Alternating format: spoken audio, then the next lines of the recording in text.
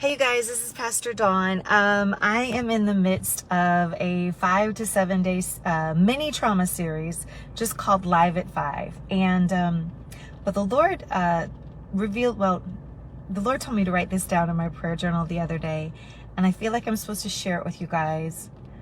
And most of the words that I share from the Lord are extremely encouraging, and this one is a little bit it's the reality of what happens when we have a lot of bitterness in our hearts, okay?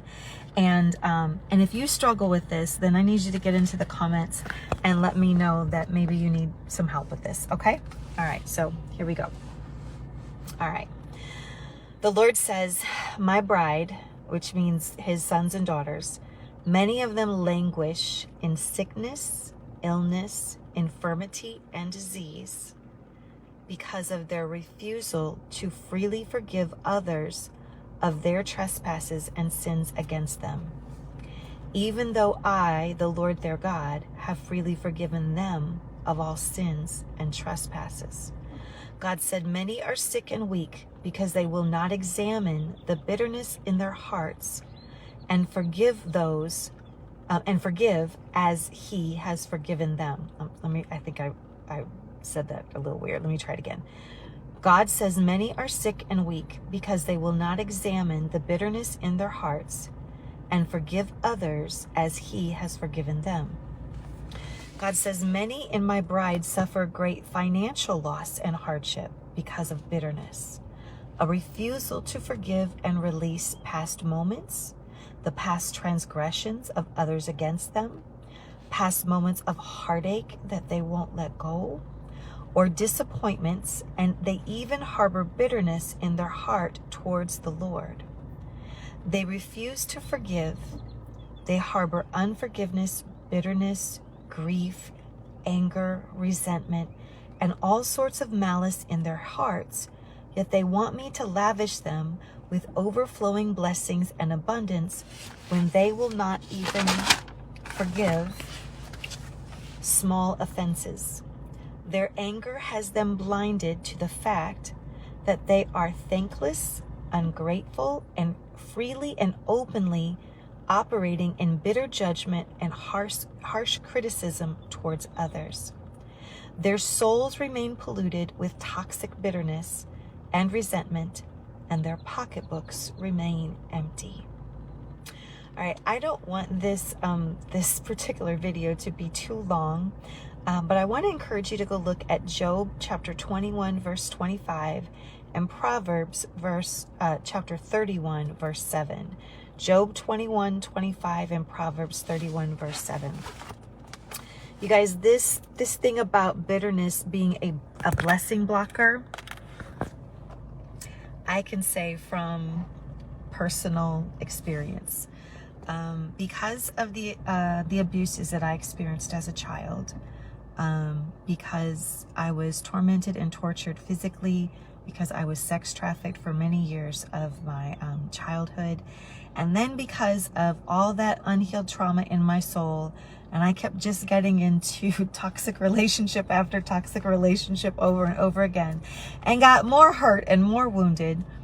You know, by the time I was in my early 40s, I was just an angry, bitter woman.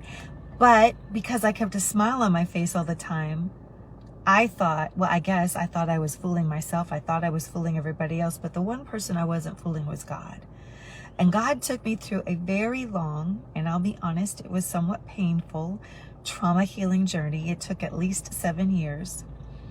And God brought me face to face with all of the anger and the bitterness and the resentment and the unforgiveness that I had been harboring in my heart for years and years and years toward anyone and everyone that had ever hurt me.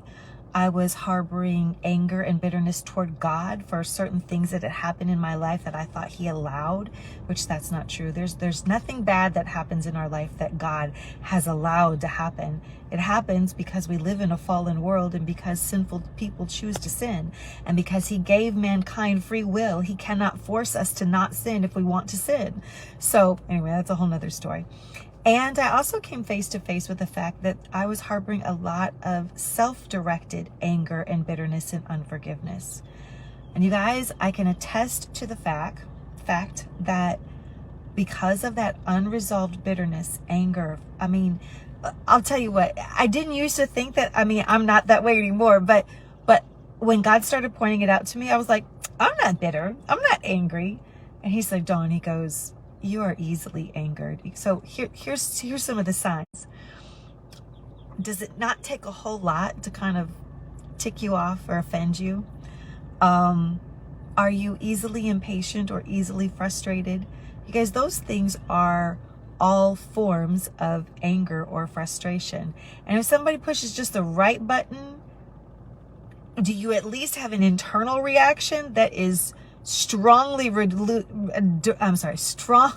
in offense and anger, even if you don't out of your mouth? You guys, those are all evidence of undealt with, unprocessed bitterness, anger, rage, unforgiveness, holding grudges, all kinds of stuff. So anyway, like I said, most of the prophetic words that I write in my prayer journal from the Lord are very, very encouraging in nature. But this one, I think it's because right now we're in the midst of this mini trauma series teaching. And so anyway, if you struggle with this and you know that maybe you need some help with this, like you would love to be free from the impatience and the frustration and the anger that's just kind of boiling under the surface all the time, then will you drop me an email at DawnChurchillMinistries@gmail.com, DawnChurchillMinistries@gmail.com.